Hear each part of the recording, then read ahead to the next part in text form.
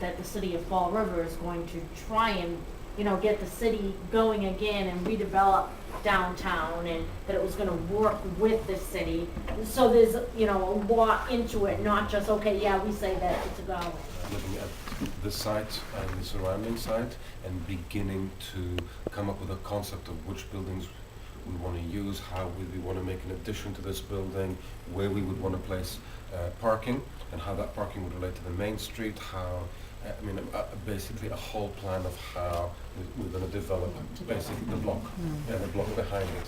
So that's what we mean by program. And there is a great deal of flexibility in that we have each of us, although we are working around one main idea, each of us has a different way of interpreting that idea. So there's actually going to be 12 to 13 different ways to go around this one to solve this particular problem. So there's going to be also a lot of choice going forward for you and different ways. And obviously all of this is being done under the tutelage of a whole bunch of different professors at school, because especially with a project like this, say in historical preservation, we go to the historical preservation department of the university, and they're the ones that help us get really specific with what we need to do, etc., and then we can go to this department for structural stuff, and we go to this department for design. So we're using the whole capabilities of the school.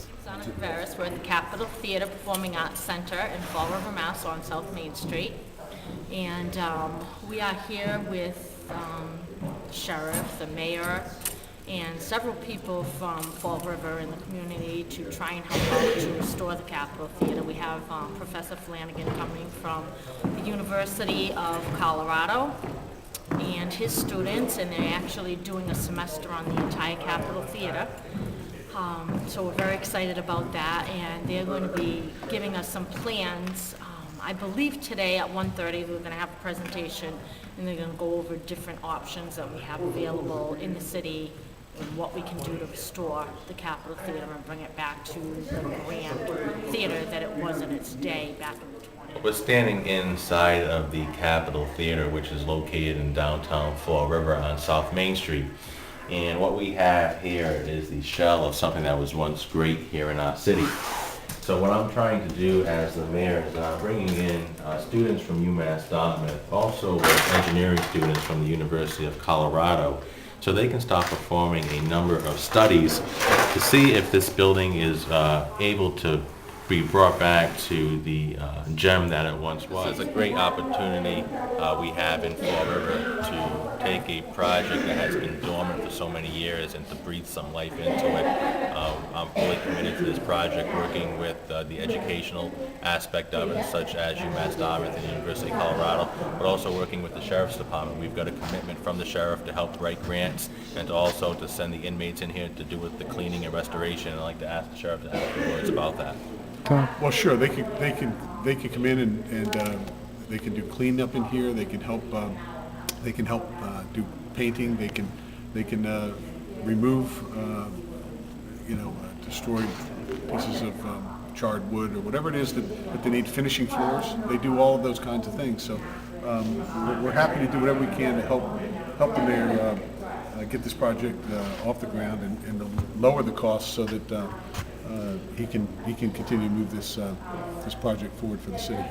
4 years ago we bought the building, and we decided that what we were going to do is we were going to try and restore it and see how much the city was willing to help us to try and get it going back to the theater again.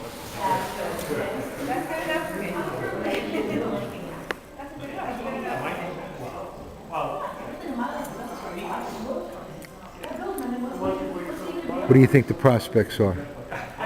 The prospects now, I think, are high. When I first bought the building, and there are larger plans on how do we make sure that we marry the two entities together to come up with something that's going to be successful. Because also these things, they cost money, and we want to be able to give you something that is going to be cost effective and is going to be something that's going to benefit this town. We're talking 100 years. Something, it's a long-term thing. We're not looking at designing something that's going to work for the next 10 years. We're looking at what can we do for the town. So, for the city, sorry. We've had lectures from other professors at the university that have been absolutely fascinating in professors with experience from the development of the largest theater complex in Denver. George Hoover is the professor that came and spoke to us last week. A fascinating look at the entire development of an entire complex, multi-block complex. And then we had another professor, Chris Koziol, historic preservation, who came in and gave us lessons on how to analyze paint chips and how you scrub them down and how you put oil and alcohol and water and acetone in to analyze how things are happening. So we've had a lot of experts from our university involved. Let me just add one other point. We do these projects. Our class is called the studio class. We have to do a studio class every semester, and the studio class is the most important one, where we actually draw and do models and do something. Majority of our time. It takes up all our time, and usually we all enjoy doing studio, and it's always very exciting. But this particular project, we're really excited about it because it's not just, oh yeah, he's a nice theater, which is some of the projects we get, and we go off and do nice drawings, and it's all very nice. We really believe in this one, and a lot of the reason we believe in this one is that the neighborhood here it can work, and when I came, I got a really nice sense of community, and there's little touches of things that you get in this town that we haven't seen in other places. Like, for instance, if you step out in the street, people stop. Which is, You wouldn't stop talking about that. These are the kind of Blew his things. mind. These are the kind of things as architects we're being trained to notice. Yeah. So there is something special in this town, and there's something very special in this immediate vicinity, in this neighborhood, and so we'd like to see it happen. We really would. Esoteric test that theory at least 5 times, Yeah, I can and he's believe it. still living. I come from Cairo in Egypt. Put your foot on this, they'd run over you. So I'm like, for the idea of people stopping, I'm like, They wave. They're polite. and everybody waves. And, You submitted an application to the National Register. Well, how long does that process take before you hear back? When did you submit the form? I submitted a long time It ago, and should- they Jane should've- said that she had checked to see, and she said that she wasn't sure that they actually had it. I think that they're in the So- process of changing the form, and so it may need to be resubmitted. And how we can get the walls back to the way they originally were. But when we first found the pictures, actually the architect, Joanne Bentley, emailed me and said, Donna, you gotta see these pictures. And she found the pictures from back in the 20s, and I'm like, oh my God, are you kidding me? I ran down here, opened up the drop ceilings, we found that, and then it rants all the way back. We cut a hole in the floor just to look and see, and it actually still has the old marble. Has the marble? It still has the marble underneath it. And then this was the stage. That's just You see how it arched upstairs, and then it had the corners where they were cut out? And then they put the I-beam in across here is what they did for the bowling alley. And that's why that big, huge I-beam's there.